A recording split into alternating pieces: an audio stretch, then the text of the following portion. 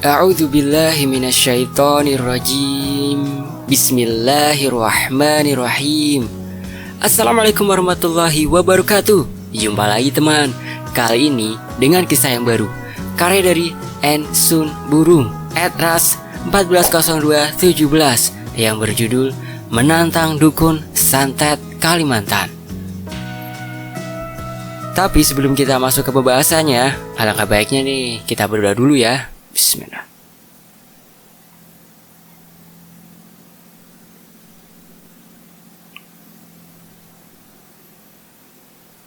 Allahumma sholli ala Sayyidina Muhammad wa ala ali Sayyidina Muhammad.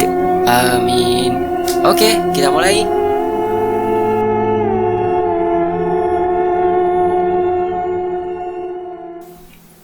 Sekitar tahun 1995 di desa M ya, pedalaman Kalimantan.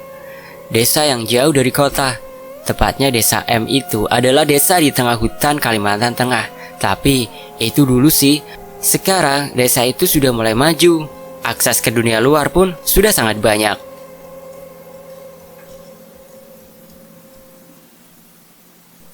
Di desa itulah ayahku dilahirkan. Desa itu terbagi menjadi dua. M1 seluruh warganya adalah non-muslim. Ada Kristen, Hindu Kaharingan, Katolik. Dan untuk M2, semua warganya beragama Islam.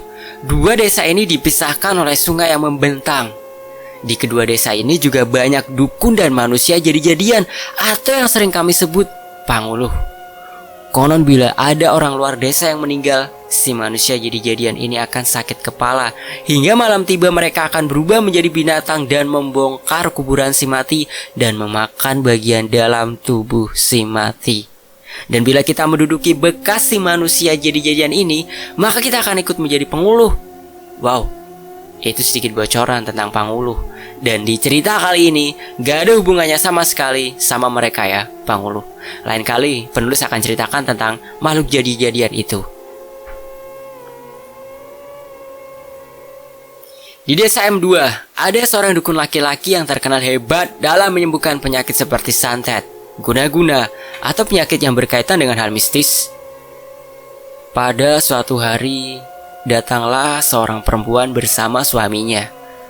Perempuan itu memakai kursi roda, wajahnya pucat, seakan tidak ada darah lagi di tubuhnya.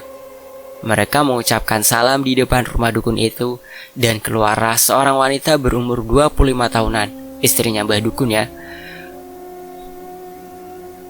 Apa benar di sini rumah dukun Alang? Si tamu itu bertanya. Iya benar. Kalian mau berobat ya? Tanya istrinya Alang. Iya, mau mengobati istriku ini. Mari masuk. Istri Alang mempersilahkan. Mas, ini ada orang yang mencari kamu, kata istri Alang. Dari mana? Tanya Alang sembari menyalami kedua tamu itu. Tapi saat Alang menyalami perempuan itu, tangannya terasa panas. Namun Alang abaikan saja.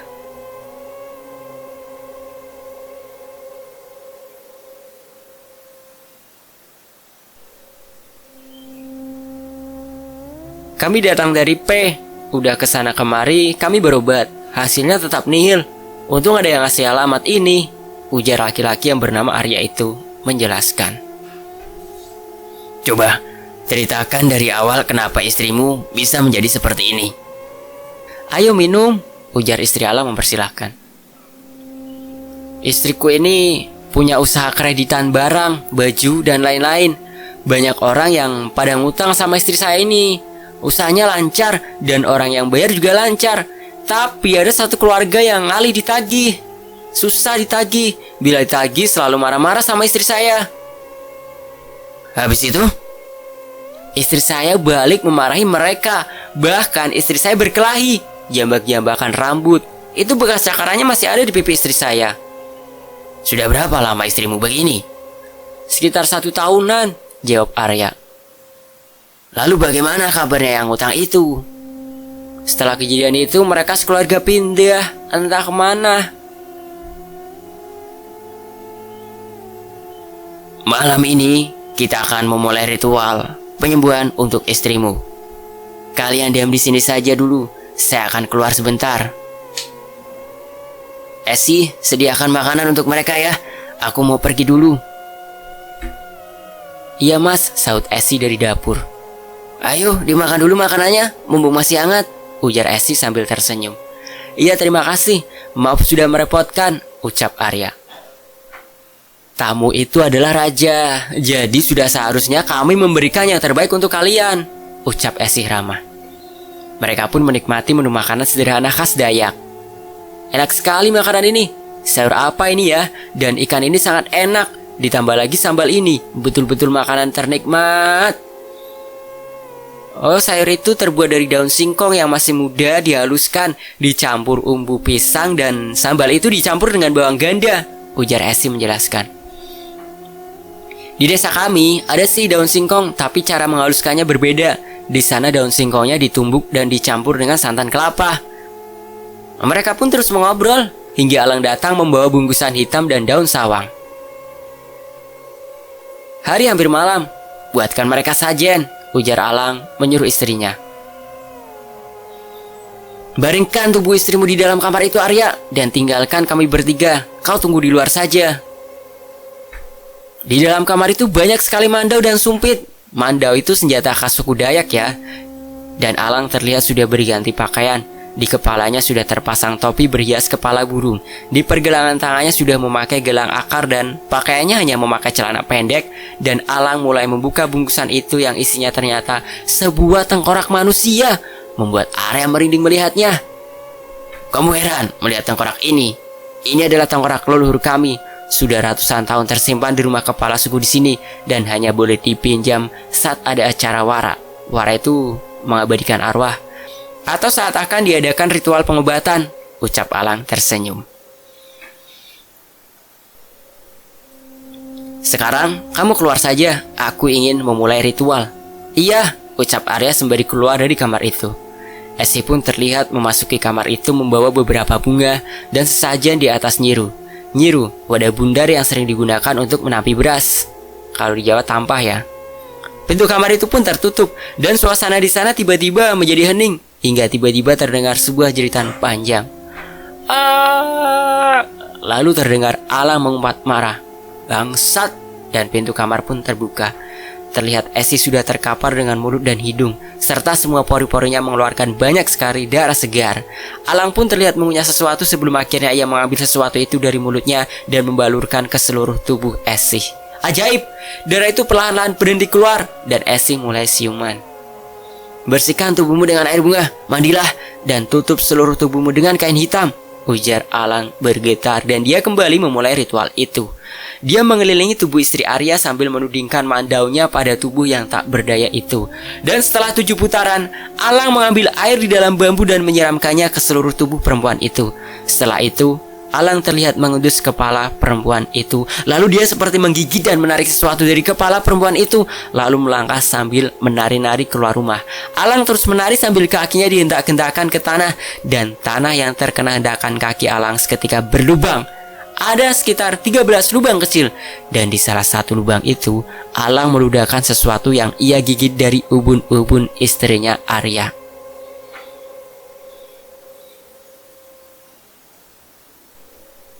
Setelah itu ia terlihat kembali menghangatkan kaki di sela tariannya.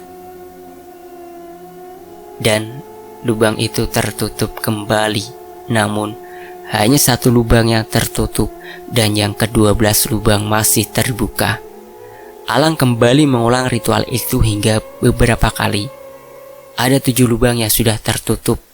Alang segera masuk rumah dan menyembelih ayam hitam dan meminum darahnya. Setelah itu dia ambruk, jatuh.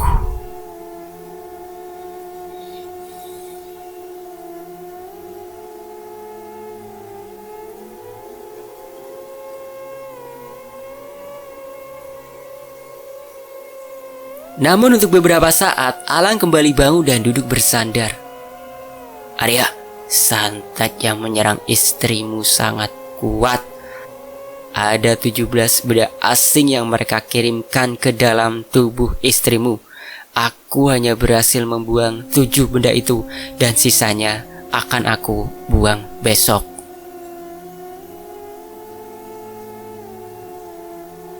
"Arya, cepat kau tutupi tubuh istrimu dengan kain hitam yang sudah kusediakan di dekat tengkorak itu," ujar Alang lagi. Arya terlihat gugup, takut jika harus masuk ke kamar itu lagi. Tunggu apa lagi? Cepat tutupi tubuh hingga wajahnya dengan kain hitam itu. Apa kamu mau mereka mengirimkan benda yang lebih berbahaya lagi di dalam tubuh istrimu? Arya pun dengan takut memasuki kamar itu dan melakukan seperti yang diperintahkan oleh Alang. Malam kedua, ritual kembali dilakukan. Kali ini Esi menabuh gendang mengiringi tarian suaminya. Ritual malam kedua pun berhasil. Hanya tinggal 5 lubang yang belum tertutup, yang berarti hanya tinggal 1 malam lagi ritual harus berhasil.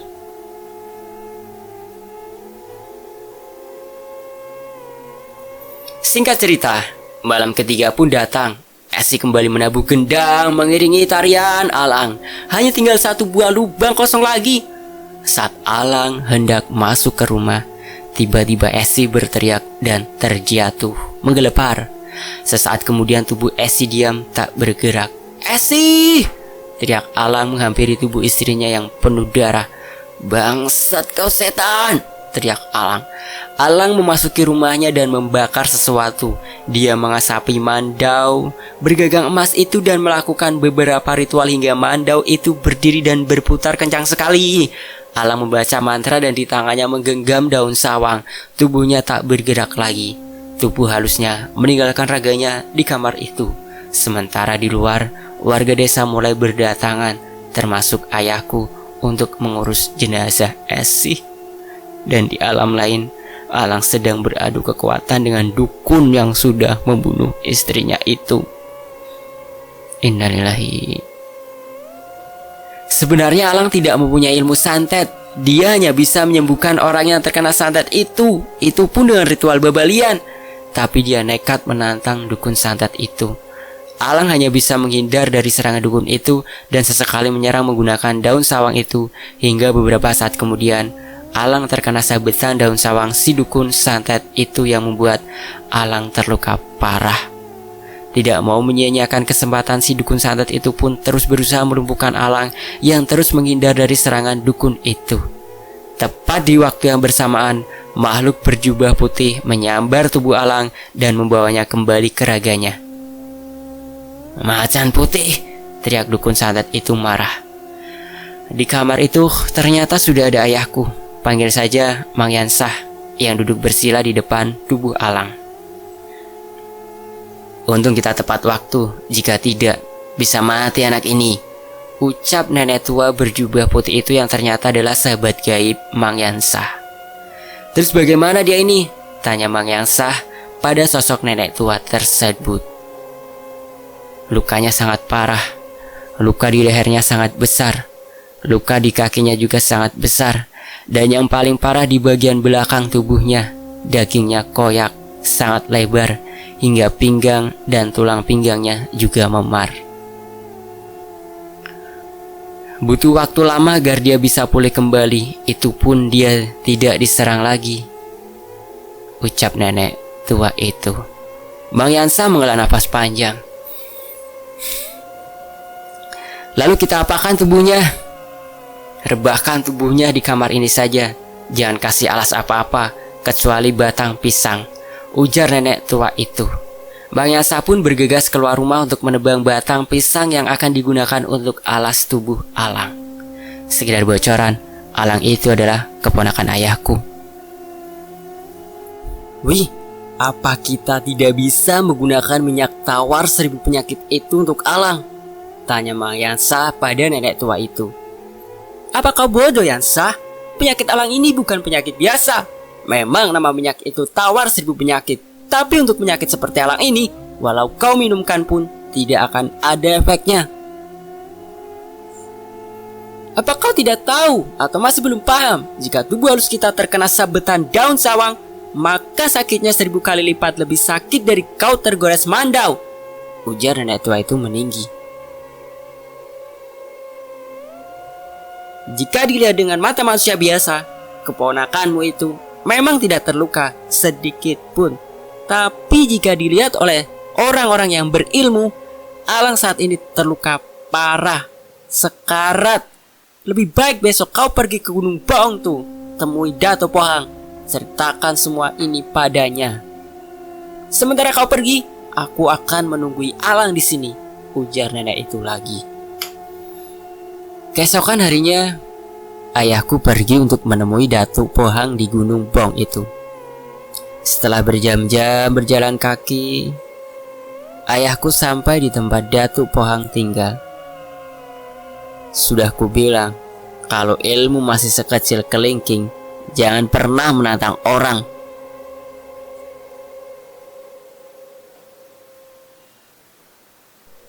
Dari mana Datuk tahu? Cucuku, aku ini hidup sudah lama dan pengalaman hidupku sudah banyak. Kenapa kau tanyakan hal yang tidak penting itu padaku? Ujar Datuk Pohang tertawa. Lalu bagaimana caranya menyembuhkan Alang? Tanya ayahku. Kamu pulang dulu. Nanti aku menyusul, ujar Datuk Pohang tersenyum. Nyansah, kau kan nanti lewat hutan. Sekalian saja kau cari daun keladi merah dan sirih merah. Iya, jawab ayahku singkat dan ayahku bergegas keluar. Ayahku berjalan dengan sesekali menoleh kiri dan kanan mencari daun kujang merah dan sirih daha. Hingga sampai di sebuah pohon besar, ada sirih merah yang dimaksudkan Datuk Pohang. Ayahku segera mengambil beberapa lembar daun sirih itu. Tinggal satu lagi yang harus dicari, kujang merah. Sekian lama ayahku mencari daun kujang itu tidak juga menemukannya, hingga ayahku duduk beristirahat di pinggir sungai kecil di hutan itu. Ayahku mengedarkan pandangannya ke sekian sungai, kalau di sekitar sungai ada daun kujang merah yang dimaksudkan Datuk Pohang.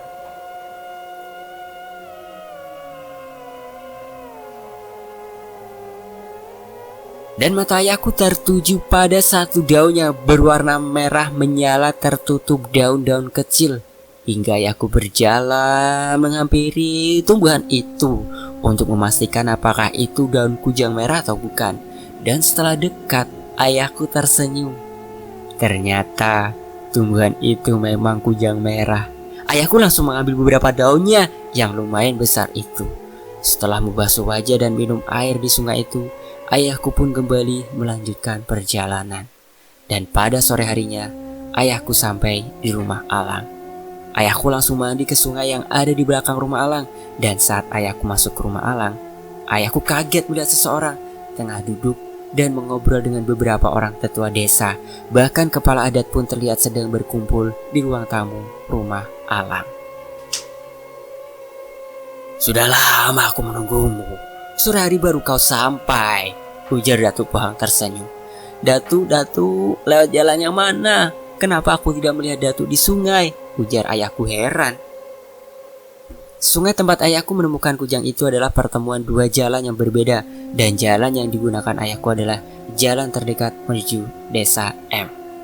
Banyak tanya kau Alang. Kau kira dengan umurku yang hampir seabad ini dan tubuhku yang renta ini, apakah kau pikir aku mampu berjalan sejauh perjalananmu?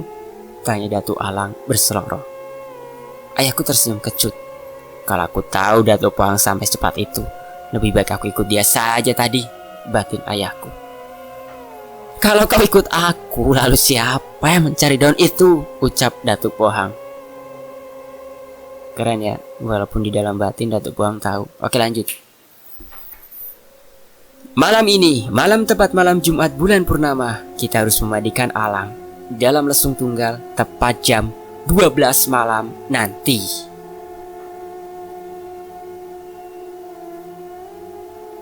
Yansah, sore nanti kau harus ambil lesung itu di rumah kepala adat dan jemput anak sulungmu. Kami itu 3 bersaudara, kakak sulungku perempuan.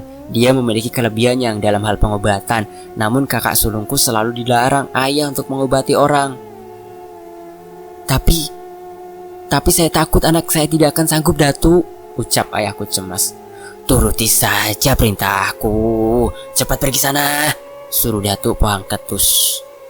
Bila sudah begitu, maka tidak akan bisa dibantah lagi permintaan Datuk Pohang. Ayahku mengayuh jukung menuju lanting tempat tinggal ayah. ibu dan kedua kakakku. Aku belum lahir ya waktu itu. Di sana ayahku sudah ditunggu ibuku yang sangat khawatir kalau ayahku ikut terlibat perkelahian gaib dengan dukun santet itu. Bah, kamu gak apa-apa kan? Gak enak hati aku mikirin kamu. Seharian kamu pergi, ucap ibuku. Ayah hanya menggeleng, lalu, Nursida mana, Mak? Dia ke seberang, katanya mau cari tebu telur, sayur khas Dayak sama si Kardin, jawab ibuku. Sudah lama perginya, Ma? Tanya ayahku lagi. Sudah, nah itu mereka datang, tunjuk ibuku pada dua anak yang mengayuh sampan. Ayahku berdiri dan langsung memegangi sampan itu agar tidak menabrak batang lanting kami. Ayo cepat mandi dan ganti pakaianmu nak, kita ke rumah kepala adat, perintah ayahku. Loh bah, Abah mau ngapain ngajak Sida ke rumah kepala adat? Tanya ibuku. Jangan-jangan Sida mau Abah jodohkan sama si Taklempa anak kepala adat itu, ujar ibuku emosi. Ya, ibuku emang tidak suka dengan Taklempak karena dia itu tukang tidur, ileran, dan sangat malas. Uma ini bagaimana sih? Keponakanku si Alang sedang sekarat, istrinya baru tadi siang dikuburkan. Bisa-bisanya dalam keadaan seperti ini aku masih sempat untuk menjodoh-jodohkan anak gadisku dengan si Taklempak, jawab Abah tak kalah emosi. Lagian, kepala adat ada di rumah Alang. Lalu, mau apa Abah ke rumahnya kepala adat? Jangan-jangan Abah mau meraih istri kepala adat ya? Duduk Uma. Terserah Uma sajalah. Ayo, sudah kita berangkat, ujar ayahku meninggalkan ibuku yang masih mengomel. Coba kau pikir nak, kalau Abah mau merayu istri kepala adat, mana mungkin ayah mengajakmu, ujar ayahku masih kesal. Kakaknya tersenyum, tidak menjawab celotehan ayah. Oh ya Bah, bagaimana keadaan Kak Alang? Tanya kakakku. Abah baru datang dari Bong, belum sempat melihat Alang. Abah sudah disuruh Datu Pohang menyebut kamu dan mengambil lesung tunggal di rumah kepala adat, jawab ayahku. Oh jadi Datu rindu Sida ya, pasti Datu mau ngasih uang Bah, kata Sida polos. Matanya berbinar-binar membayangkan hari Minggu nanti dia akan ke muara sungai berbelanja di kapal dagang.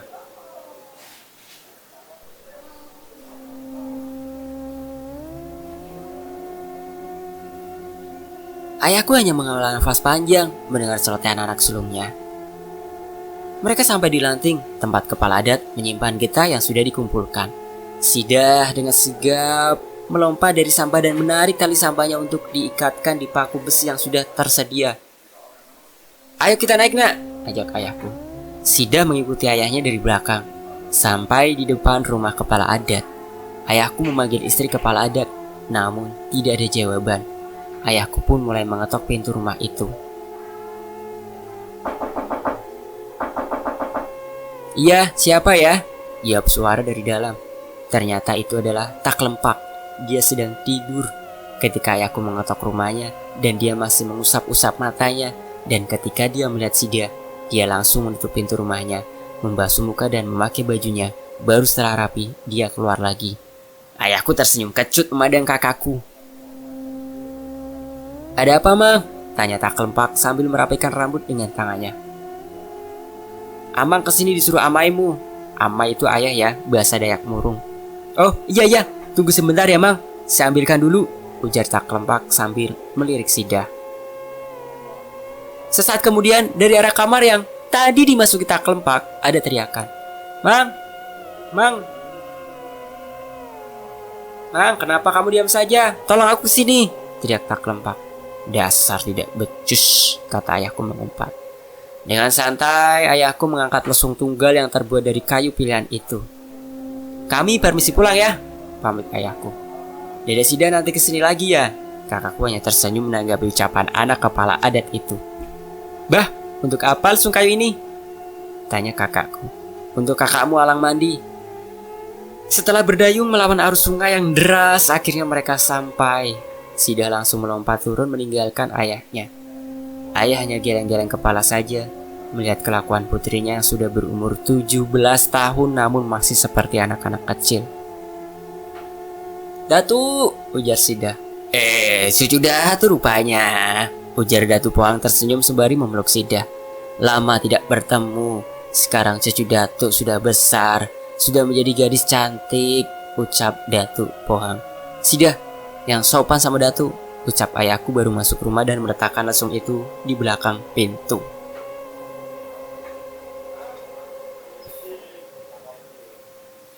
Sida seakan tidak peduli dengan ucapan ayahnya. Dia tetap memeluk Datuk dan duduk di pangkuan Datuk seperti yang sering Sida lakukan saat dia masih kecil dulu. Sida, duduk di bawah saja. Jangan di pangkuan Datukmu, ujar ayahku lagi. Ayahku masuk ke dalam kamar tempat Alang dibaringkan. Di samping Alang, masih ada perempuan itu. Mereka berdua sama-sama dibaringkan dengan alas batang pisang dan sama-sama ditutupi kain hitam. Yansah, tiba-tiba ada suara dari arah belakang. Ya Wi, jawab ayahku pada sosok makhluk berjubah putih itu. Malam ini akan ada pertempuran gaib. Selepas Isya nanti akan datanglah lembut penunggu Gunung Bong yang jumlahnya sangat banyak. Mereka akan membantu kita mengalahkan dukun santet itu. Aku pun sudah mengundang teman-temanku untuk datang membantu kita. Kau harus persiapkan dirimu, Yansah. Jangan sampai kita kalah. Kalau kita kalah, maka kita semua akan mati. Bagaimana dengan anak dan istriku di rumah, Wi? Mereka akan aman. Datuk Juging Murai ada di sana, menunggu anak dan istrimu. Syukurlah. Tapi bagaimana dengan si anak sulungku? Tanya ayahku. Dia akan aman dengan Datuk Pohang. Sekarang kau persiapkanlah dirimu. Ambil ini, aku bawakan untukmu. Makanlah. Setidaknya kau tidak akan terluka seperti Alang. Apa ini, Wi? Tanya ayahku. Itu lumut pemberian Datuk Juging Murai. Dan ini kalungkan di lehermu. Itu taring Raja Macan Hitam. Ujar nenek berjubah putih itu memberikan taring yang berwarna hitam pekat. Dari mana kau dapatkan ini, Wi? Bukankah macan hitam dan macan putih bermusuhan? Tanya ayahku heran. Macan hitam itu berasal dari sepasang manusia yang mendalami ilmu hitam dan bertapa selama 7 purnama. Barulah mereka akan menemukan sepasang celana dalam berwarna hitam yang bila mana mereka pakai, maka mereka akan berubah menjadi makhluk seperti kucing besar berwarna hitam legam, dan mereka itulah yang disebut macan hitam. Dan taring mereka akan tanggal dan berganti baru pada saat purnama. Jadi kau mencurinya? Tidak, aku tidak akan melakukan itu. Aku menukarnya dengan tali celana bangsa Limunan. Kau tahu kan, aku mempunyai teman dari bangsa Limunan. Taring yang berharga ini ditukar dengan tali celana bangsa Limunan. Yansah, tali celana itu sama berharganya dengan taring itu. Taring itu membuat mereka kebal dari apapun termasuk dari daun sawang. Kau tahu, macan hitam memakan daun sawang dan untuk tali celana Limunan, mereka bisa menggunakannya untuk menghilang. Mereka tidak akan terlihat kecuali mereka melepaskan tali celana Limunan dari tubuh mereka. Ayahku yang mendengar itu begitu takjub. Tak terasa adzan maghrib sudah terdengar. Yansah, ayo kita sholat dulu, ucap Datuk Pohang dari belakang. Iya, sambil menunggu adzan Isya, mereka semua membaca Al-Quran.